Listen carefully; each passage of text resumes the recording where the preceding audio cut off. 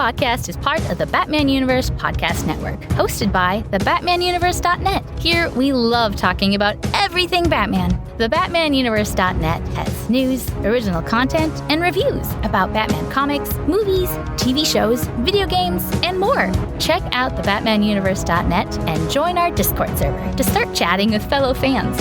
We can't wait to talk to you guys. Also, visit our Patreon page and join our other awesome supporters. But enough of this nonsense. On with the show.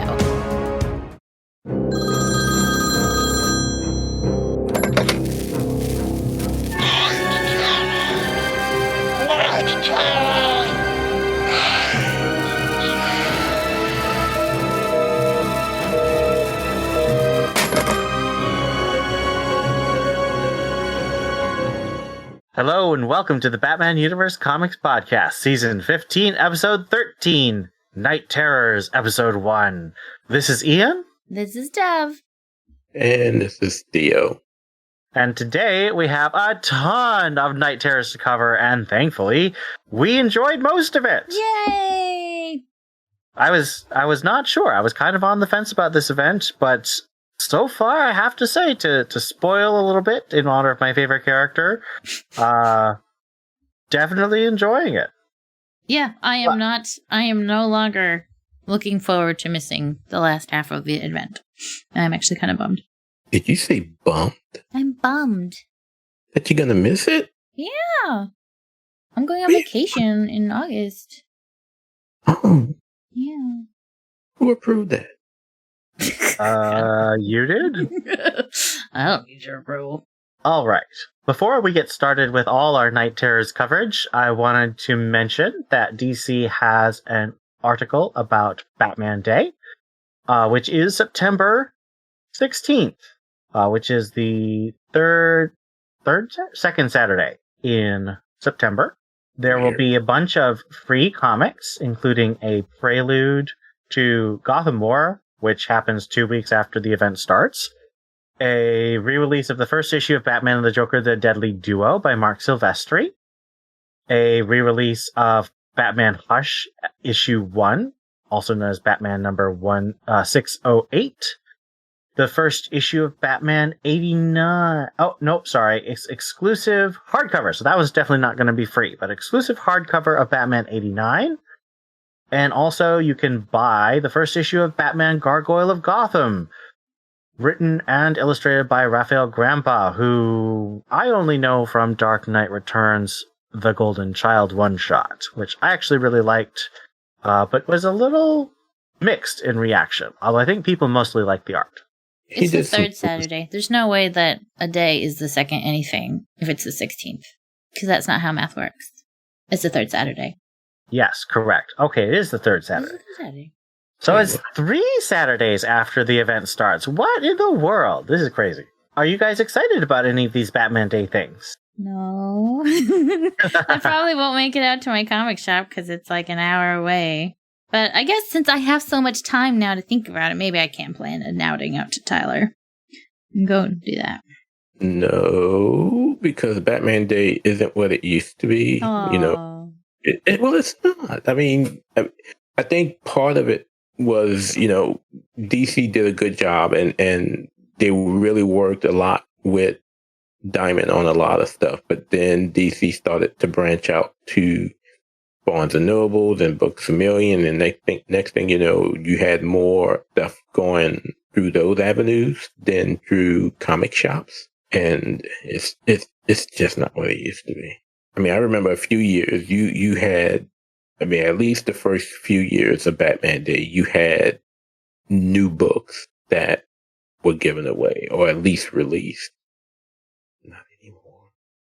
I went to Books A Million once, sometime after Free Comic Book Day, and there was on the checkout, says on there, free comic book. I was like, oh, can I have this one? And they're like, yeah. And like, I think the girl was new or didn't know what to do with it or something. She just was totally clueless. I was like, but it says free on it. She's like, I think so? Maybe? I don't know. And she had to call her manager over and figure out the whole thing. I don't remember if I paid for it or not. You're right. It's not what it used to be. Okay. So for those who wish to and whose comic stores are celebrating Batman Day, put it on your calendars for September 16th. And if you're not, I hope you read a Batman comic anyway. Yeah. And to promote the reading of Batman comics, we shall start our Night Terrors coverage with Free Comic Book Day Night Terrors, which came out, of course, in May. But we didn't cover it then because I knew that it would connect more clearly to this event. So I wanted to cover it when we were doing the actual event, so people wouldn't forget it, like me. All right, so let's have a quick summary of this book, which is written by Joshua Williamson, art by Chris Bacalo, and Howard Porter. Damian Wayne, Robin, finds himself in a dream fighting a monster who takes control of his subconscious, unlike his usual dreams. Though it takes 2 attempts to wake up, he manages to do so, finding that he's worried both his father and the criminal duo of Killer Moth and Firefly. Brushing off their concern, Damian vows to find answers. So, what'd you think of this? Did this feel like a prelude to a big event, or what did it feel like to you? I mean, I guess. It felt like the prelude to something big. I don't know if it felt like the prelude to something big, like an event, but it's very interesting.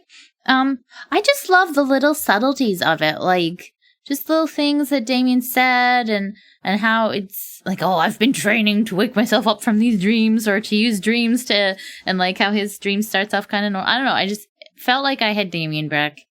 And then just the little tidbits here and there, like Firefly being worried about Damien after he passed out. I loved that. I thought that was so good. At least I think that was Firefly.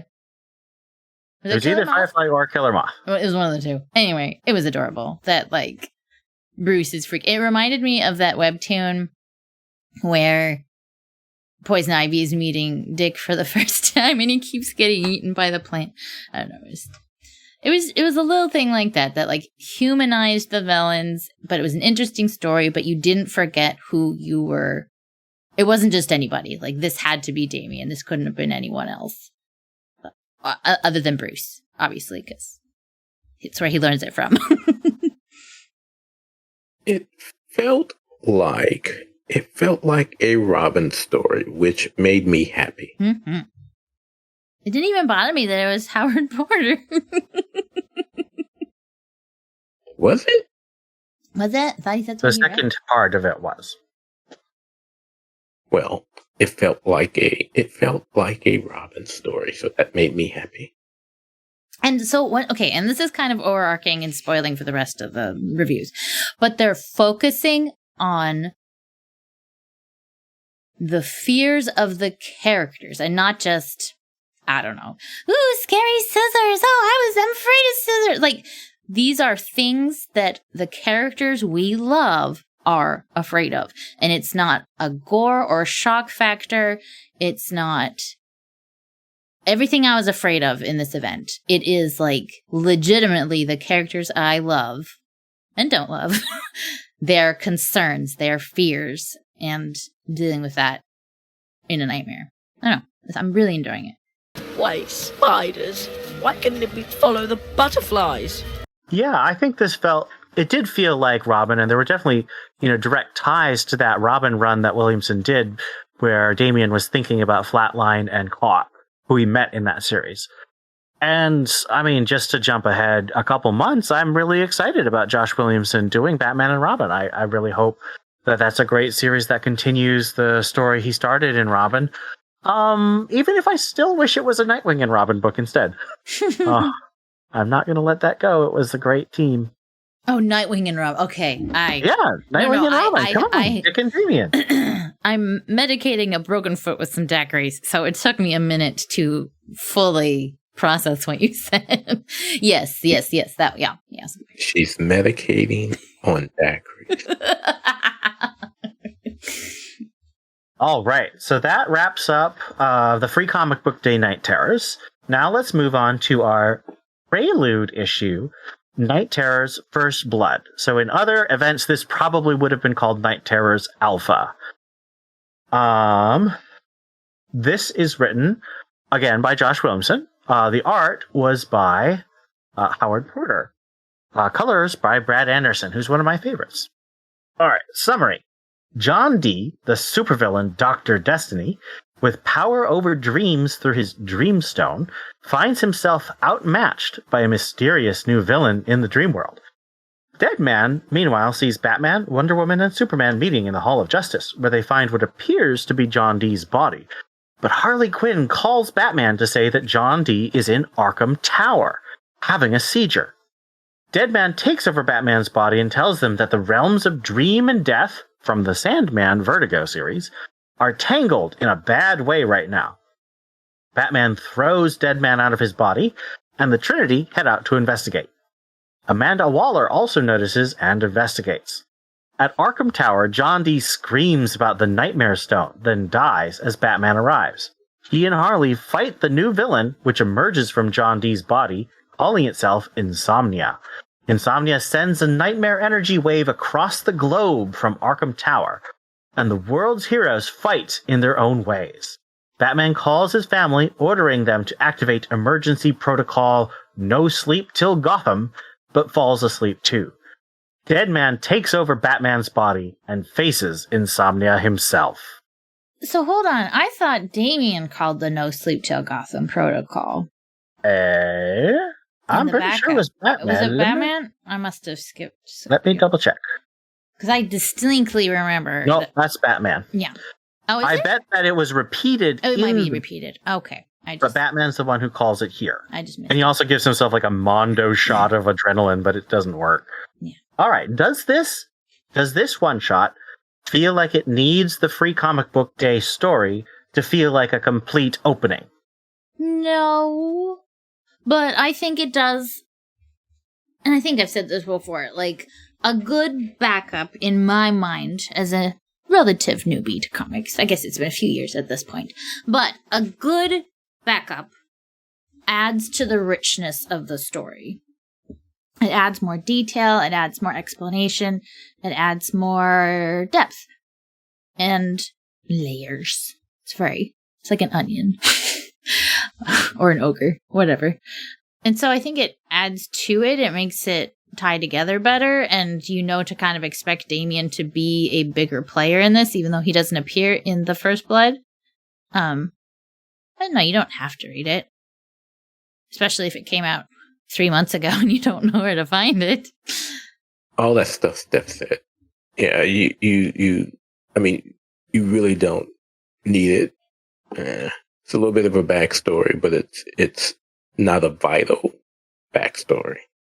Well, I would say that it's a bit of a vital backstory to something that's coming later, but it doesn't seem like it's a vital backstory to the core story, we'll call it. Well, that's not what you asked us. I know.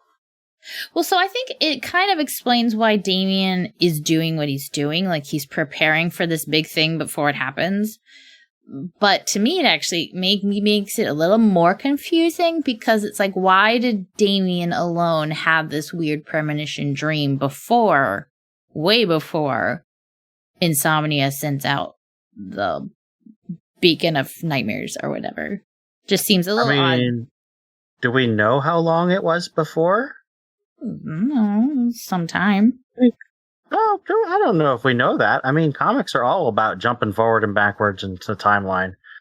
How did you feel about this first official chapter in the Night Terror story? I think this one was my least favorite, but I still liked it a lot. Like, how much of that was because it was all Harry Potter? None of it. I wouldn't say it was. I like Deadman. I think it was a lot of Deadman history and a lot of Deadman explanation in case you didn't know who he was. And it was a lot of exposition I didn't really care about. But again, it was not bad at all. This wasn't my favorite of the bunch. Really enjoyed it. I enjoyed it more than I expected that I was going to enjoy it. I guess I had a lower bar for Night Terrors, considering the more recent stuff we got from Joshua Williamson. So considering that, but it was really very good. Yeah, I tend to agree. I thought my bar was low, but I want to also say, like, this wasn't just good in comparison to my low bar. This was actually legit very good, and this was good. Yeah, it's a solid comic. Yeah. I think that it's also really fun to see Josh Williamson doing what this event really is supposed to do, which is try and get all the DC books on the same page. Because since Dark Crisis, Batman's been stuck like 6 months in the past.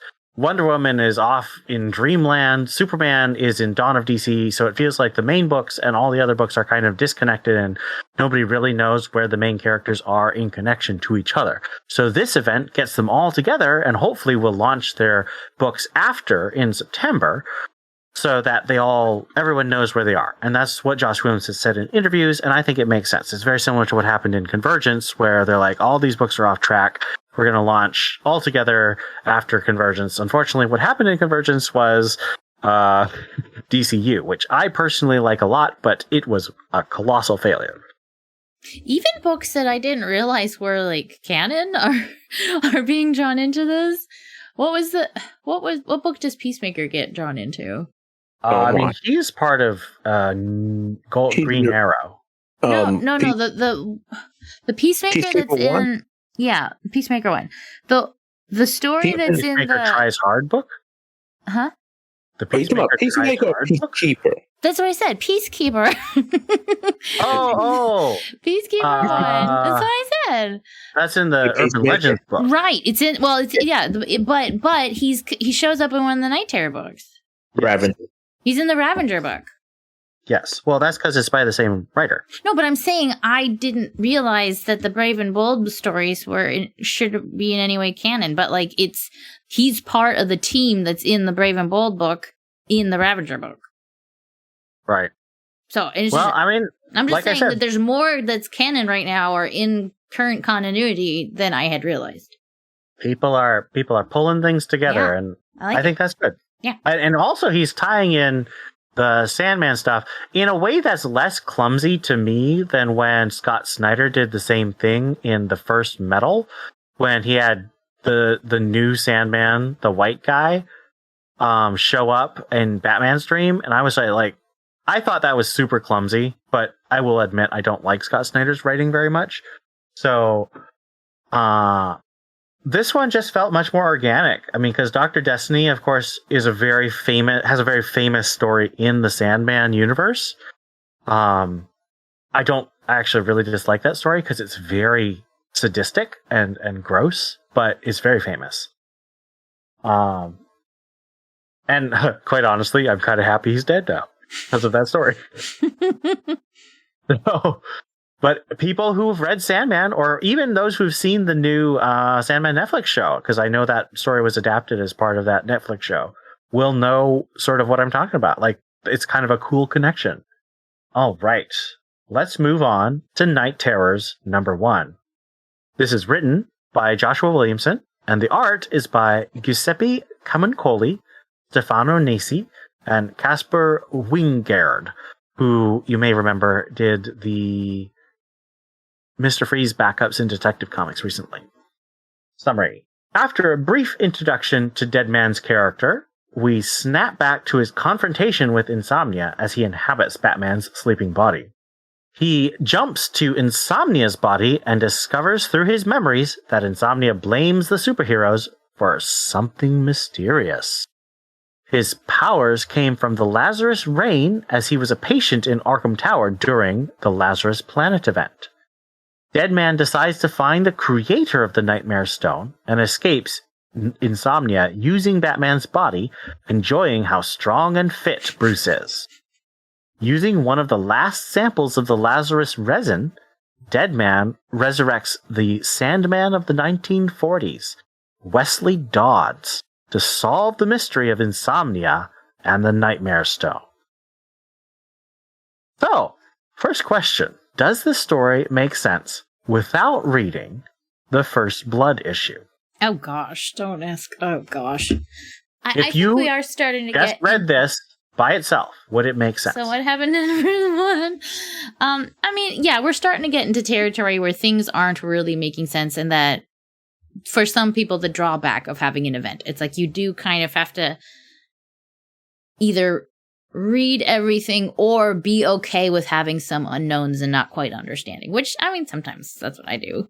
It's like, what's going on? In fact, that's kind of what I felt like with this book, because I felt like, yes, First Blood was important, but, like, I don't know anything about Sandman. I don't know anything about this Bloodstone or Nightmare Stone, whatever. I'm just taking their word for it that it's lost in someone's dream and they have to find it. I guess so. I don't know what it is. So a lot of the main players I am completely unfamiliar with. Yeah. But that's okay. It's kind of what you have to, the bullet you have to sleep with or whatever. So let me rephrase the question. Okay. Do you think it would be a more accurate and honest thing to title Night Terror's First Blood as Night Terror's number 1 and this as Night Terror's number 2? Yes. Okay, that's really what I want to know. Yeah. They need to have chronological numbers on them. What do you think, Theo? Should this be Night Terror's number 2? Well, I don't know. Considering in the past they've given us these alphas and omegas before they got into the actual story, and like you said, First Blood was just their way of doing a alpha without saying alpha. So I'm assuming we're gonna get a war zone without a war zone. But you definitely need to read First Blood to get an idea of what's going on in number 1. There are a few reading order checklists that are out there, including in the back of some of the comics, where DC kind of gives you, not just the release timeline, but they pretty much put it in the order that you should be reading it. Well, I wish that they would do it like a bifurcated timeline. I wish they would do the core story and then they do the tie-ins. And to answer my own question, obviously, I think this should be Night Terror's number 2. I think First Blood is absolutely the number 1, and that calling it anything else is confusing. So Theo brings up an excellent point. So if you look at the way James Tynion wrote events, he wrote Joker of War and he wrote Fear State. And I actually don't think he wrote Joker of War with an alpha and an omega, but he wrote Fear State with an alpha and an omega. And the thing is, you can read Fear State 1 through 6, and you don't need to read Fear State Alpha or Fear State Omega. It is a complete story. The Fear State Alpha and Omega are really just sort of background. I don't want to say filler, but they're enhancement rather than essential to the story. Filler. They're not filler to me. Well, okay, Omega definitely was filler, but I really liked Alpha. I didn't think it was filler. Omega was the weird one where someone's taking someone back to Arkham, right? Yeah, that's right. Batman's taking Scarecrow back to Alpha. That one was definitely filler. I did not like but that. I liked Omega. I liked the Alpha part because it sort of really delved into the thematics of the story that were coming up. This is not bad. You have to read Night Terror's First Blood to understand what's happening. Because even though Night Terror's number 1 tries to sort of introduce you, here's Deadman, he's got this whole 2-page introduction to himself, then it snaps right back to the last page of First Blood. And it's like, no, you have to read the last issue.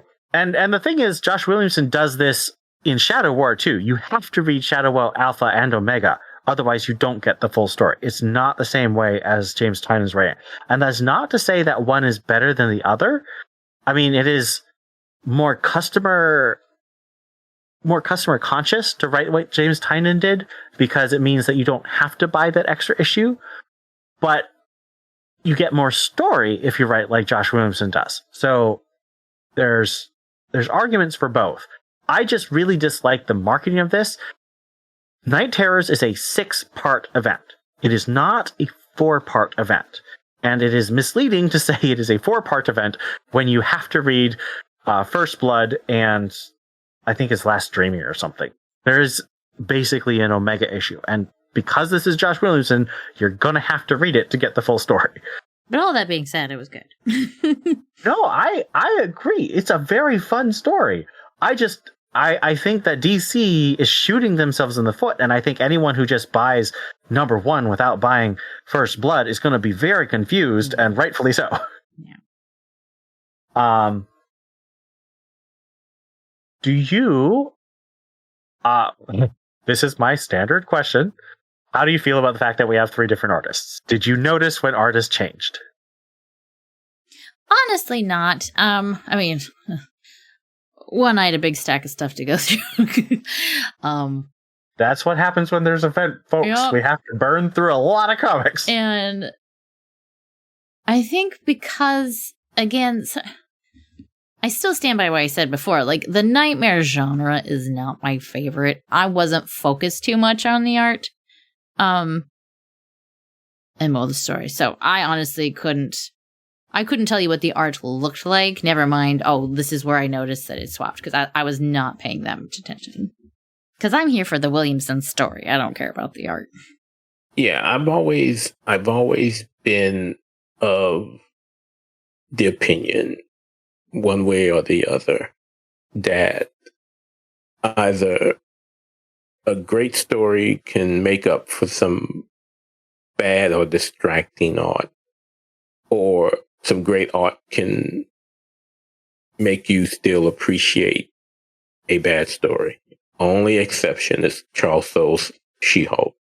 There was nothing that writing could do to save that art. Sorry. But I did not notice the change in artists, because again, I was focusing more on the story itself. I actually didn't notice it either. I think they did a pretty good job of picking artists who could do decently similar art styles as each other. It always makes me uneasy when I see this many artists on issues, because to me, it means that DC's editorial doesn't really have their thumb on the ball.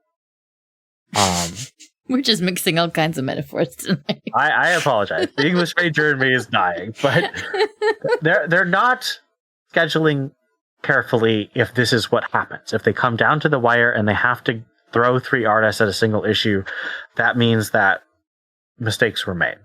That being said, all artists do a good job. This is a very solid issue to read, very fun. Nobody looks bad. And honestly, I like it better than the Howard Porter issue that just has the one artist, because I don't like Howard Porter. And I like all these artists. Oh, well, I like Casper and I like Giuseppe. I don't actually know the third guy. Okay, last question for this issue. I know Steph mentioned that she doesn't know who Wesley Dodds is, but I don't actually know a whole lot about Wesley Dodds. I know he had a whole series when Neil Gaiman was writing Sandman. The DC Vertigo did a tie-in series about the 1940 Sandman, and people really love that. I'm excited because Wesley Dodds is going to be in a mini-series in the fall, in October, along with Jay Garrick and Alan Scott. So 3 of the classic Justice Society of America from the 1940s are going to get their own miniseries. And I'm pretty sure this is how we're going to sort of springboard into that. So I thought that was kind of cool. This is how you should launch upcoming miniseries. You get a character involved in a key way in a big story that lots of people are reading, and they're like, oh, I'd like to read more of that. Well, here's a miniseries where you can do that. So I think that's cool. I will only say he's going to need to grow some skin or something to that. Well, he's a zombie right now. Give him some time. Did Jason become a zombie in Task Force Z? I don't think so. Anyway, sorry. I read that. That was a very confusing story, honestly. That became I liked it, but it was bizarre. confusing. That last issue, I still don't understand what happened. That's very confusing. Sorry, I didn't mean to derail us. Okay.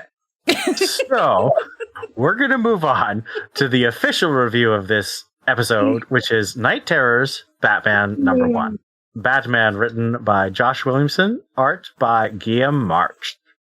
We begin in years past. Batman sports an action figure-worthy blue scuba batsuit and stands before a giant tank of water. He reflects on how his enemies are constantly trying to get inside his head through mind gangs and drugs. Flashes of the Joker, Scarecrow, Mad Hatter, Poison Ivy, and Dr. Hugo Strange come to his mind. When Alfred Pennyworth questions it, Batman assures him that he will be using techniques learned in Nanda Parbat to isolate his fears. Now he's going to learn how to keep others from using those fears against him.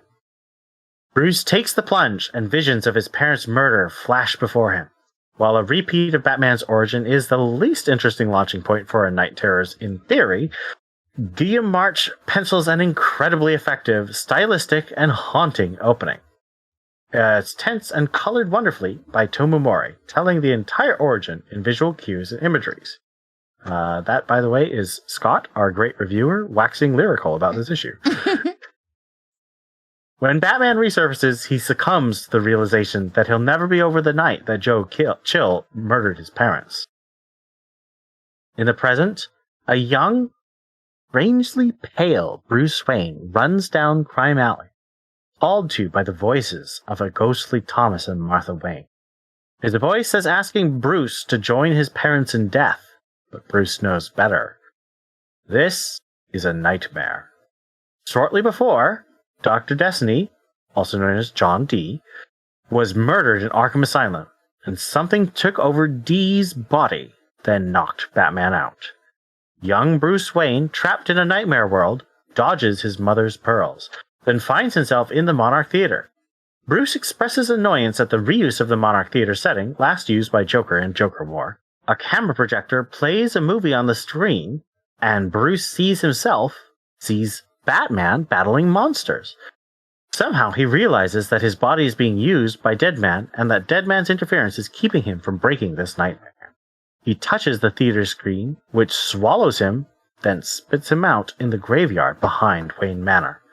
Bruce sees the tombstones of his parents and of Alfred, and Dick Grayson, and Damian, and Stephanie, and Cassandra, and Jason, and Tim. All of his family are in the ground. Not impressed, Bruce demands to know who's doing this and why. A villain known as Insomnia reveals himself, telling Bruce that he needs to find the Nightmare Stone. Dr. Destiny hid it in one of the other heroes' dreams. If Bruce can find it, the long nightmare will be over. Bruce naturally ignores the request. Insomnia reanimates the dead, including a Selina Kyle in a wedding dress, using it to taunt Bruce into taking on the Nightmare Stone case. Bruce belittles Insomnia, but then something wells up inside of him. He vomits a bloody sack, which hatches into a giant bat with a gun for a head. Insomnia tells Bruce that his nightmares have a mind of its own, and the monster shoots wildly at Bruce. Though he tries to dodge it, he can't escape his own monstrosity and succumbs to a gunshot wound. Then Bruce transforms into a darker Batman, one resolved to go deeper into his own nightmares and regain control from Deadman. Insomnia warns Bruce that the deeper he goes, the darker and more monstrous of a nightmare he will create. Batman does this anyway, entering a cowl-shaped cave that transforms him into Joe Chill on the night of his own parents' murders. Bum, bum, bum. So here's a question. And this is something that is a question more for information than a review question. When I was reading this the first time, I thought that this was during the first time when Deadman takes possession of Batman's body. So just the quick 2 pages where Deadman's like, oh no, bad stuff is coming, everyone go investigate. But now that I'm rereading it, I'm wondering, do you think this is actually during first Night Terrors #1 instead of First Blood, when Batman is completely asleep? No, it's when he's completely asleep, because he's fighting everything off and jumping through the window, and he doesn't jump through the window because that's when he does the whole acrobatic thing. Okay. That makes a lot more sense, because I was like, why do we need a whole Batman issue for just 2 pages when Deadman takes over his body? No, this is when he's... Yeah, this is... So, in First Blood, he temporarily takes over. But Bruce is actively fighting it and wins. Right. Yeah. Right. And kicks him out. Like, get out, Bran. And then Bruce falls asleep after injecting himself with whatever it was he doped himself up with. And then he started dreaming. And somehow Dead Man got into the dream and took over. That's how I read it. Mm-hmm. Me too. No, I agree with you now. I just was confused for a moment, so I wanted to check with you guys to see if my revised understanding seemed more correct. I think that is kind of a cool thing that Josh Williamson is doing so many of these tie-ins, at least in the Batman universe, because it means that there's real continuity between the way he's writing Bruce and the way he's writing Damian. So in the Free Comic Book Day, he has Damian being like, I control my own dreams. And then here we have Bruce years ago, planning to control his own fears so that his villains can't do it against him. Did you like those parallels? And did it feel like it's a good Batman sort of setup? Oh, 100%. Yeah. That's totally, I mean, if we've got a Batman creating a fail-safe program for himself, then something as simple as controlling dreams. It's a given. It's probably what he did on his weekends. Like, it's fine. It's totally what he would do. And then his son probably would have thought to do that and then given his father no credit for the idea. But does he give his father credit for other than making them? Not much. That's right. Yeah, I agree. It was the good parallel. Can't do it any better. I've just been, like Ian said, I've been pleasantly pleased that we are getting Robin Joshua Williamson and not Shadow War. Joshua Williamson. Shadow War was such a mess. Oh, I was so disappointed. Yeah, I loved it. I thought it was really good the way that Williamson is really delving into, Batman in a way that feels not just like, it could be a little indulgent because it is going back to the origin and he's showing images of all the classic villains, but it felt classic in a good way, not classic in a lazy way. What do you think about Guillaume March returning to Batman after quite a while? I mean, he did it for James Tynion, but he's been doing other stuff since then. This is the perfect book for him. Like, yes. His... If we get Bumpy back, Bumpy Riddler. I'm gonna throw a shoe or something. But this was his jam. This was good. This was what he does. Well, other than bootylicious babes, and there was one of those in here too. So, Guillaume March, perfection all around. It was like he never left. Well, he's so good. He's such a good artist, and if you get the right writer and subject, he's just kills it. Just don't have him draw any women. No, you want him to draw some women. Well, I do, and you do, but no, you do it. No, I don't mind. When I get 20 pages of glossy-breasted women, I start to question. But this is fine. This is a good proportion. This is a good proportion of shiny. I mean, this wasn't. Sirens. Yes, it definitely wasn't Sirens. Yes, it was not Sirens. In fact, he did a really good job with the wedding dress. And it wasn't Poison Ivy either. He's not Poison. Yeah, he did. I thought he did Poison Ivy, but he doesn't. No. I'm talking about the last issue. Remember the three artists? Well, that wasn't a skill issue. That was just bad editing. Like, you should never put those artists together. They don't mix. Bad combination. Yeah, but he had big booby women. That's Poison Ivy. What do you expect? Okay, let's move on to our backup, which is a Robin story. Pretty cool. Written by Josh Williamson again. Art by David LaFuente, who's one of my favorites. In a far-off desert, Damian meets an ancient sage in a temple. He says he is searching for a way to stay awake because he cannot trust his dreams anymore. So the ancient sage, after testing him with assassins, leads him to a library in which he shows Damian hints of what may be connected to insomnia. But Damian receives Batman's broadcast of the No Sleep Till Gotham protocol, and unfortunately, he is not able, or possible, it's a little unclear. I mean, a lot of these nightmare things are a little unclear.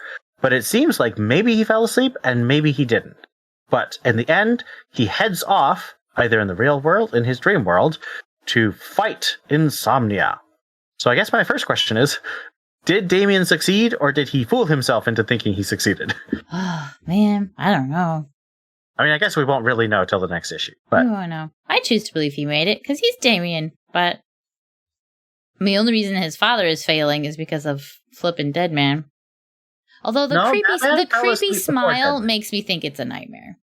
Yeah, that's kind of my reading. Because he falls down, and then when the next image you see, it feels sort of like Nightmare Damien. Yeah. Yeah, I didn't think he made it. Only because and we know. And I didn't necessarily do it from the perspective of seeing the art. I did it more. I felt it more from the fact of, unlike the prelude in the Free Comic Book Day edition, this is something a little bit stronger, seeing that it's not Insomnia, who is superpowered, that's doing it. So I don't think he made it. Yeah. That's my reading too. And I don't think that's bad, because literally everyone in the Bat family is asleep. Red Robin and Red Hood and Nightwing all have their own nightmares to deal with. So I think that the whole Bat family is falling asleep, and I don't think that's a failure. That's just, Insomnia is like hyper mega powered. And they will fight him in the Dreamland. Which is fine by me. So since this was, I know before we started recording, Steph mentioned that the backup sort of confused her because we didn't get the title page for a little bit. And because the To Be Continued was really small. Yes. And it was kind of an abrupt ending. Yeah. It didn't really build, because it's just a 2-issue miniseries. It's difficult to build to a really proper cliffhanger, I think. But I mean, once you realize it's the backup, I think it works really well. Let's give Batman, Night Terror's Batman #1, a rating out of 5 bats with gun heads. Gosh. It's almost like we have the Damien book back. I'm so happy. I want to give it a 4 just because Damien is back. And I actually loved that most of the Bruce part of the story was like baby Bruce. I was like seeing Damien through the whole book. Can I give it a 4 just for that? You can give it whatever score you want. I give it a 4 because it felt like a 100% Damien book, even though it wasn't. I give it a 4. It was really good. I really enjoyed it. Again, it seems we have more. It seems we have more Robin Joshua Williamson than we do Abyss Shadow. That was such a trash arc. I'm giving it a 3.5. This is definitely above average. I felt a little too set-up-y for me to be too excited, but it was really good. Over on the website, Scott also gave it a 3.5, which means we don't have a mode. We have 2 modes. He did that on purpose. I did not. Our average is 3.75. So a very high-quality issue.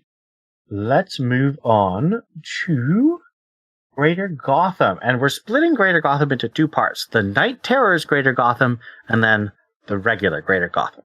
So, first off, Night Terror's The Joker #1. Oh, gosh. Thumbs up. What was this book?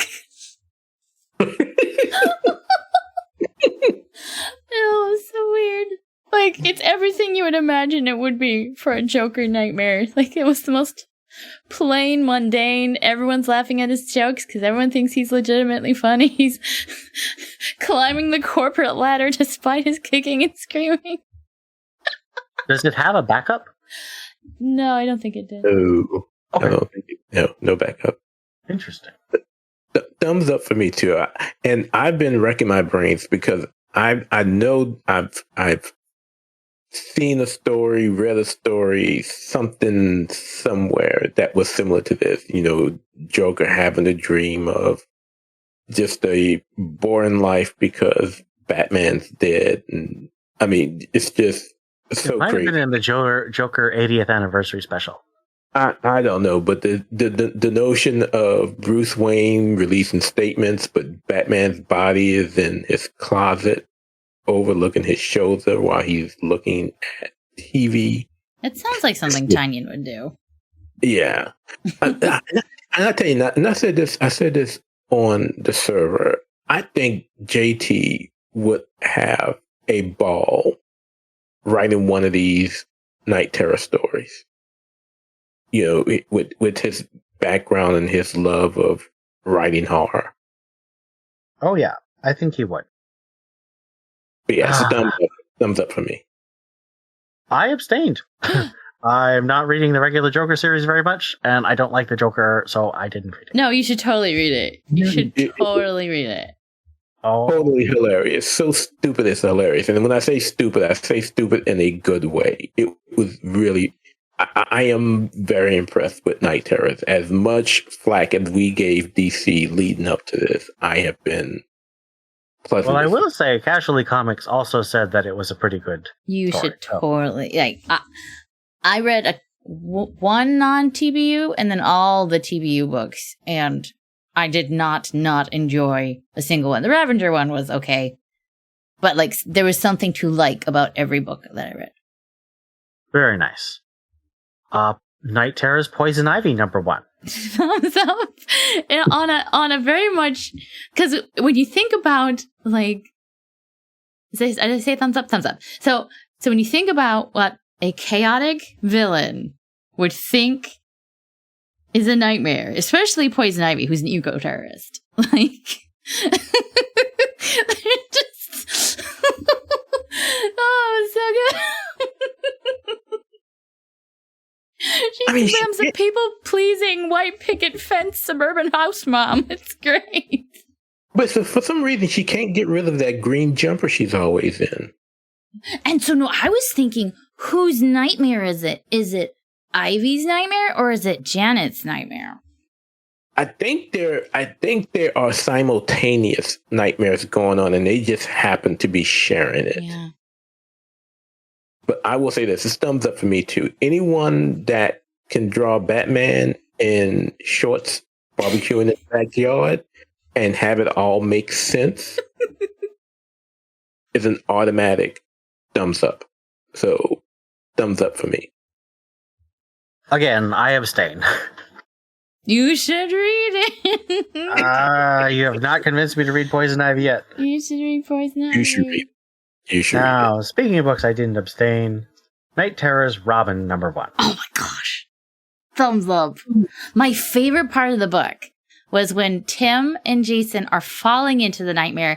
You see their shadows, and I didn't understand what Tim's meant, but I saw Jason's, and I was like, I know what that is.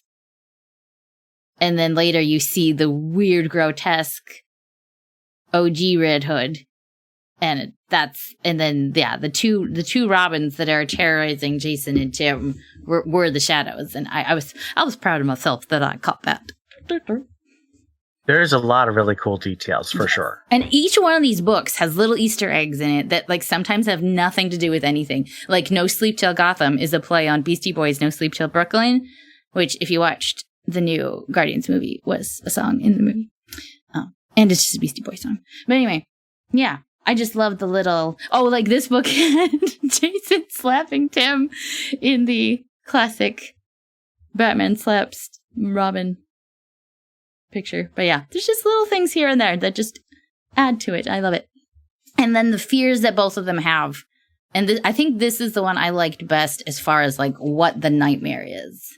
Yeah. Yeah. These were the perfect nightmares. And of course, it's a thumbs up for me as well. And I got halfway through the issue, and again didn't pay attention to the cover or anything, but halfway through the issue I said, there's no way this is Fitz Martin. And Of course not. this is just too good. Why do you have to utter that name? Sully our podcast. It was really, really, really good. And am I the only one who just bust out laughing when Oracle called Jason the big jerk when I mean, it almost felt like she wanted to say more if this was a more mature rated book. But Jason is Jason, and I love it.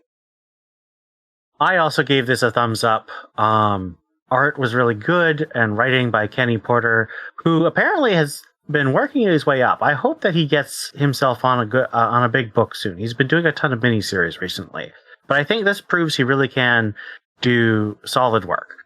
There's something else I wanted to say about this book. There was something about the way Jason's story works where it feels like every time he shoots the former Red Hood, it turns into multiple, which feels like the Sorcerer's Apprentice, where you break a broom and more brooms. And so he's lashing out, as Jason always does, but it increases his problems. Like, it's very good metaphor. I mean, that's what a dream was always good for, some metaphors. But I really liked how both dreams reflected Tim and Jason's fears and personalities and stuff. It was really well done. That's what I was going to say that made me so angry reading this book, is that the showcasing of Tim's intellect, like quickly figuring out this is a dream based on certain things, and then the things he's afraid of and the things that haunt him in this, like, half this book, because half this book's about Jason, in half this book did a better job than the entire, was it 10 or 12 issues? 10. Of the Tim Drake book. Like, and it just made me mad that I wasted so much of my life reading that book when this half issue was so much better in capturing Tim Drake and the issues he has. It was a monumental waste of an entire year of storytelling and a bunch of good artists and another artist who's good but a terrible fit for the book. I will say this. Dustin Nguyen's Nightmare cover for this book might be my favorite after Batman's. It's a really, I think all of Dustin Nguyen's Nightmare They're all good covers. They're all gorgeous, but this one is just, it's all black and red and it's so cool looking.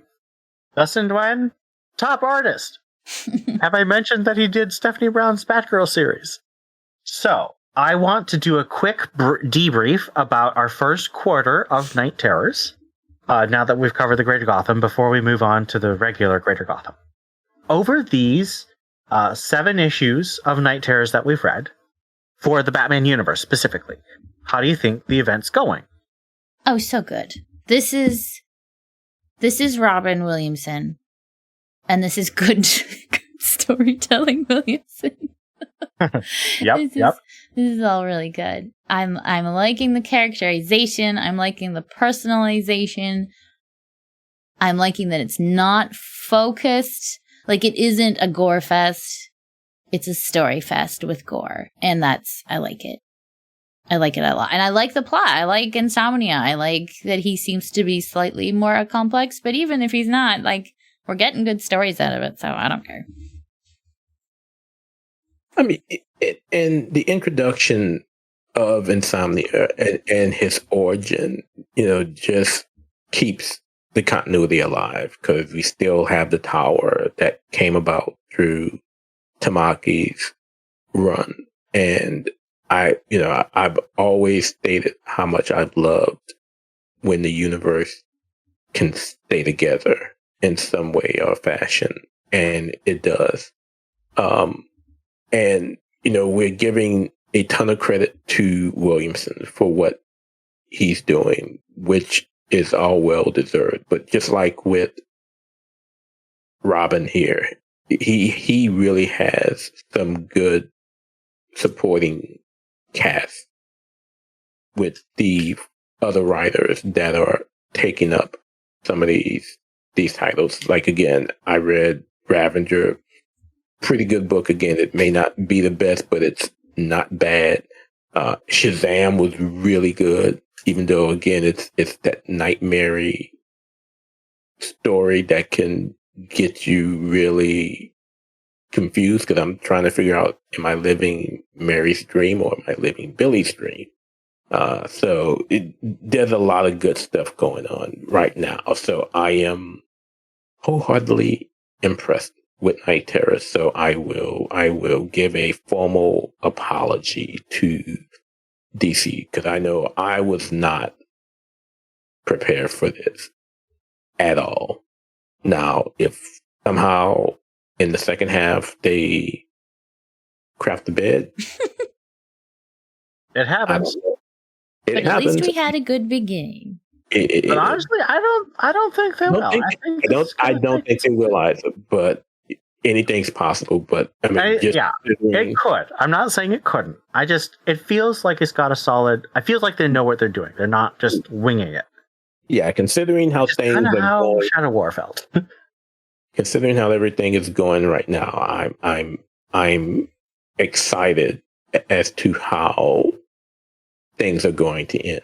And I mean, as they said, it definitely seems like they are setting up stuff from September forward. I mean, because we're definitely seeing Williamson set up Batman and Robin and Batman, with the main story and the backup story. So I'm here for it.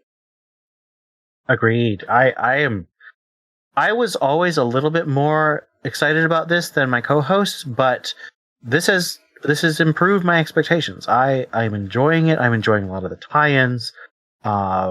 It's an event that doesn't feel onerous. It feels exciting. So sometimes events are just like, oh my goodness, I don't care about what's happening. I don't care about all these people. But in this one, I feel like just because of my own reading history, I know enough of the characters that I'm like, oh, this is cool. I recognize that. This is a fun mix and match and a cool challenge that they have to solve together. And that actually brings us to the final questions about Night Terror's Q1, which is, does this feel like a DC Universe event or more like a Batman event? Now, I know we read the Batman tie-ins, but I'm just talking about the core issues of First Blood and Number 1. Does it feel like a Batman event or a DC Universe event? Well, I mean, I would say because we're mainly focusing on the TBU books, I'd say personally to me it feels like a Batman event. But it started with the Trinity, and like we said, there's Ravager, there's Shazam. I'm guessing Wonder Woman and Superman get involved?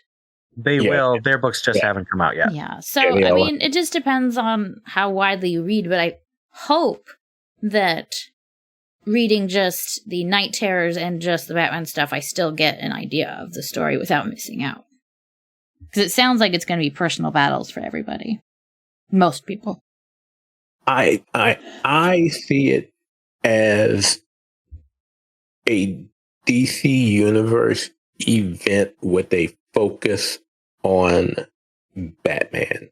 And I only say that because I truly believe that it's going to take Boston brand Batman to, if not wake everybody up, to affect insomnia enough to wake everybody up. So it's going to involve Batman doing something, because that seems to be the key focus that, we definitely got in Night Terrors number 1. But I think as we move further into that second issue, the final part of Batman, we'll see more of it.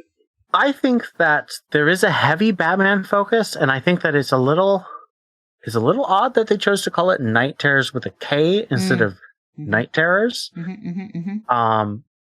But I think once Superman and Wonder Woman's solo issues come out, it'll feel a little more balanced. And also the fact that our key character is Boston Brand, Dead Man, and then he also brings in Sandman. I think those do give it a broader feel than just a Batman story. Which I think is good. It has enough Batman that I feel comfortable and excited, but it also brings in other characters in a way that makes it feel like a wider event rather than just another Gotham story. I can go along with that. All right, let's move on to the rest of Greater Gotham. 2 issues and 2 webtoons. First, Spirit World number 3. Abstain. Also abstain. You're up, Theo. That's how y'all do it, huh? That's how we're going to do ya. It is a neutral trending up, and it's trending up because they're getting ready. They just finished the fight, but I think they're about to get ready to do another one. And Cass is going in full-blown Batgirl mode because they are in a position to where she and Constantine can return to the real world, and she is resisting because she made a promise to help the people of the spirit world because they need help, and that's what Batgirl do. So neutral, but it's definitely trending up. I'm still enjoying this. All right, Batman Incorporated number 10. Thumbs up. Everyone's divided about their opinions and what are they gonna do, and people are... I like that there's actual stakes in this one. Mainly because there's so many Batmen that... Yeah, you can kill some of the Batmen. You can kill some of them off, and Although, it's okay. I will say, I hope that Jason's dad is not dead, because that feels like a waste. And I'm glad that Man of Bats isn't dead, because he's my favorite. I love Man of Bats, and I was so mad when I thought he might be dead. But he's not dead, so I'm happy. Yeah, I am definitely giving this 2 thumbs up. I'm really, really, really enjoying this, and I hope you all enjoyed my review of it on the website as well. I've just been, again, I was not all that excited when Bresson was first announced as writing Batman Inc., but he has made me a true believer. I hope that we are not going to see any more members of the team perish. But I will also say I am ready to see Batman and or El Gacho slap Ghostmaker left and right, because it's definitely about to happen. I love the fact that even pushed to their limit, Night Runner and Batman of China stand up to Ghostmaker. It would be so easy for a character to just give in, because Ghostmaker's right. It would be easy. You'd be saving lives, all that stuff. But I love that they're so inspired by Batman. Like, I personally don't think that the no-kill rule is essential for all heroes, but I love that Batman has it, and I love that Batman Inc. has people who are so inspired by Batman, they keep it. That was very heartwarming. That speech by El Gacho, where he's like, Night Runner's correct. We can't do this. We have to figure out a different way, even where it really seems like there isn't anything else that they could do short of going the Dark Ranger route and sacrificing himself. Well, I actually think Dark Ranger survived. I think he blew the hole in the ground with a grenade on purpose. Yeah, I think he's gonna throw the Joker ink guy in there. Well, if he survived, I'm happy. But right now, we don't know that. I'm just saying that's how I read it. I think these are all Batman. These are all Batman. They're all clever and smart, and they can think on their feet and fight. I love that. This is everything I love about a Batman Inc. title. It's not just Bruce fighting Talia because divorce story. Blah, blah, blah, blah, blah. It didn't work for Wingman. Well, Wingman's a petty thug who really shouldn't be in Batman Inc., honestly. I will say this, though.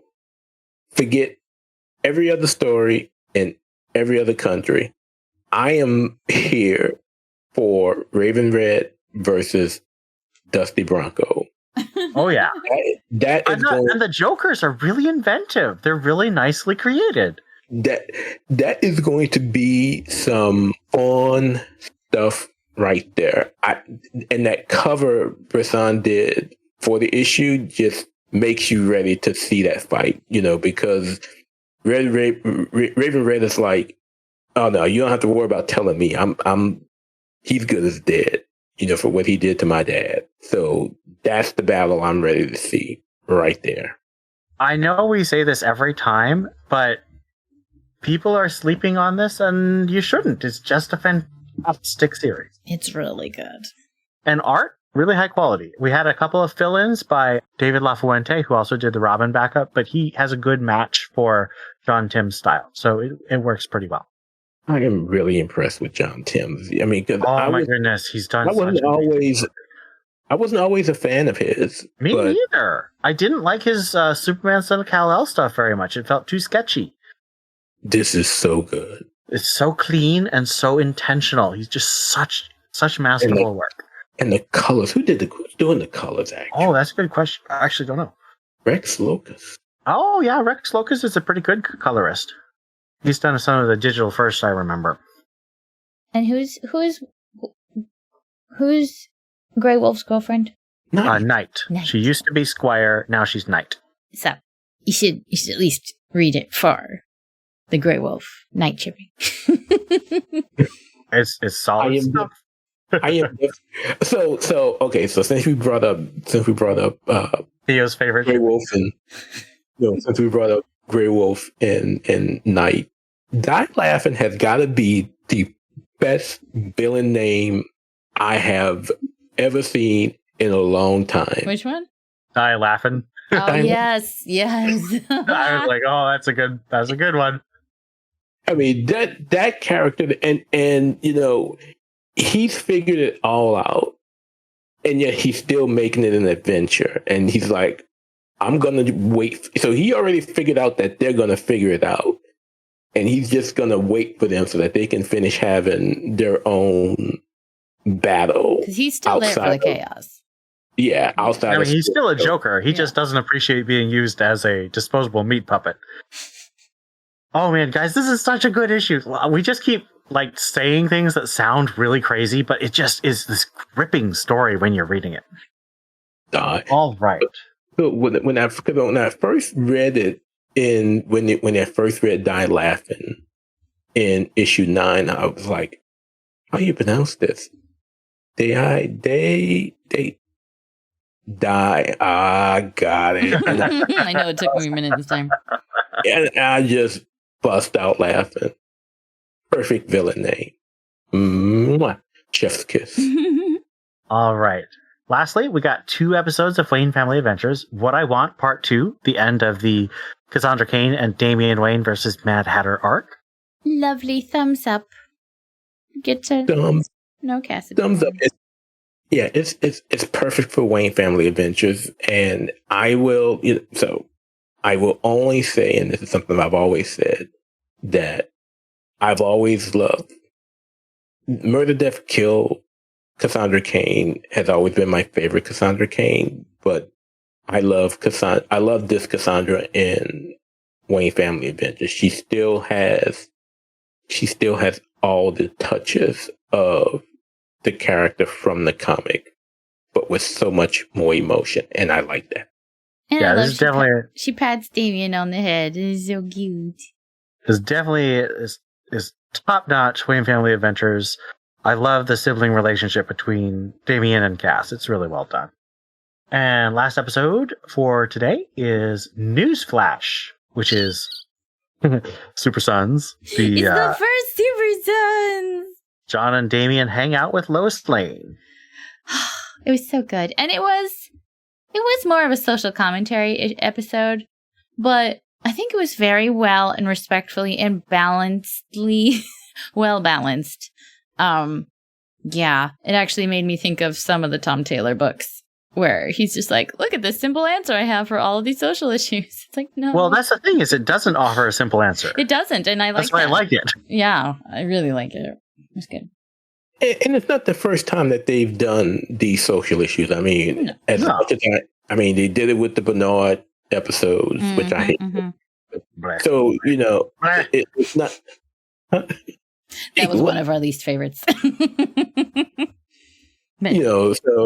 So 8 and Tim deserved better. That's all I'm going to say. True. But I definitely, again, I have enjoyed Wayne Family Adventures from the start. And I am still upset that I got so far behind that I couldn't join my co-host in their reviews of it. But maybe you should start joining us. I don't know. Yeah, I don't like y'all like that. Sorry. Also, thumbs up for me. I as people know, one of my controversial and hot takes is that I'm not a huge Super Sons fan, but I do love John and Damian, and I think this is a context I really enjoy them in. I love that they highlighted Lois Lane and that it was a more nuanced look within a webtoons, of course. So it is simplified, but it's not the kind of thing that says we can just fix this through the power of our whatever. They're like, this is a problem. This is how we start to fix it, but it'll take hard work, and I like that. That's what I think a short webtoon should offer, is beginnings and thought-provoking. I say Steph and I ought to chip in and buy in a copy of that omnibus. What am I going to do with it? I'm not going to read it. I just bought it for myself. I'm just going to buy the Wayne Family Adventures hard copies for myself. That's what I'm doing. I pre-ordered both of those books. Oh, yeah. Wait. There's a second one? Yeah, coming in October. Wait, there's a second omnibus, or there's a second cover? There's two Wayne Family Adventure. Oh, I thought you were talking about. Oh, you're talking about Wayne Family. I thought you were talking about both. I said I pre-ordered the Wayne Family Adventures and the Super Sons Super Duper Omnibus because I have no self-control. When it comes to Super Sons, the OG Super Sons, I miss you, Peter Tomasi. Come back and just do that. But don't do another story like that terrible Saved by the Bell Rev story. Don't do that one. That was bad. Really bad. Oh, them going up against their grown-up selves and No. The one where they were fighting school bullies, and it was just so preachy and after. Oh no, not that one. I was talking about the whole Adventures of the Super Sons, like the last. Oh yeah, that was also kind of. That was awful. Yeah, that was like the last 10, 12 that he did. Yeah.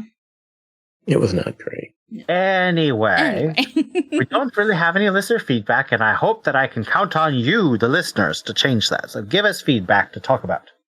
I want to give a special shout out to our patrons of Patreon supporters. So a thank you to Lisa Slack, Donovan Morgan Grant, Johnny McCloskey, Ian Miller, Stanton's Grave, Cesar Diaz, Gerald Green, Ed Grouse, Jessica Morales, Joshua Lavin-Bertoni, Captain America, David Richards, Rob O, Caspian73, Donald Townsend, and Stephanie Mounts. Thank you all for helping keep our great back catalog of podcast episodes so you can listen all the way back to Batman Reborn and all those classic episodes up to this point. That brings us to the end of our podcast. Tune in next time when we do even more Night Terrors. And I get to do my favorite shirtless wonder. That's Angelbreaker for those who are curious. I don't know why you're so obsessed. Oh, it's hilarious. Oh my gosh. Oh yeah, Angelbreaker. Yeah. That's what I'm saying. She's coming. Yeah. No. But you gotta tell me, you will have to tell me if Catwoman is safe enough to read. Okay, I'll tell you, but I'm not looking forward to it. The Joker and Poison Ivy, I think, are safe to read. Oh yeah, Joker, I will try to check out Joker. Well, I don't know about this Poison Ivy stuff. No, Ian, you really need to read Poison Ivy. It is really good.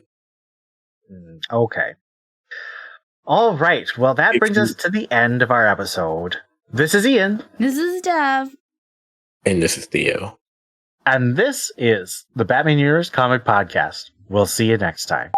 Batman takes over his body and faces insomnia alone. Dead man. You and Steph must be drinking the same daiquiri. Oh my goodness. I am not reading well. Let me read that last sentence again. Whatever y'all are drinking, y'all need to send some of that to Louisiana. Okay, I will. It's just water. Oh, no. Dead man I just did not sleep well last night. All right. You gotta be careful though. Some of it's weird. I watched a show that was like high recommendations on internet, on Anime News Network, and then it was like super incest, like brother sister get engaged kind of stuff. And I was like, I'm good. I'm seriously. No, it does not. Crunchyroll does not have hentai. I gotta defend the honor of Crunchyroll. Oh my god, I have every issue of Super Sons, but I am most definitely getting this omnibus. I want the omnibus so bad. You know they've released like 3 different versions of that omnibus, guys. This is the all of them. This is the Super Sons Omnibus Super Duper Edition. Yeah, and then they're gonna edition. then they're gonna release the Super Duper De Duper Looper Alley Ooper Whoop De Whooper Bounce. Okay, And right now the pre-order is only $63. Oh, that that's cheaper. was a Tigger movie reference, and I'm ashamed of both of you. What's it called? We're Super too Duper busy. Edition? Super. Because they added stuff. This one says it's $125. Not if you order where I'm ordering. Where you send it to me? This I love is- it when we get all of course. I'm not off course. I'm talking about Batman, written by Josh Williamson